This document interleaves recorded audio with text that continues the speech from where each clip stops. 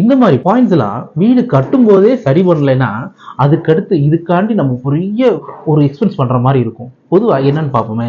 இன்னைக்கு வீடு கட்டும் போதே நம்ம ஆர்கிடெக்ட், நம்ம டிசைனர், நம்ம ஸ்ட்ரக்சரல் இன்ஜினியர், இப்படி பல வரைகள் இருக்காங்க. ஒருத்தவங்க ஒரு பாயிண்ட் விட்டுருப்பாங்க, ஒருத்தவங்க ஒரு பாயிண்ட் சேர்த்திருப்பாங்க.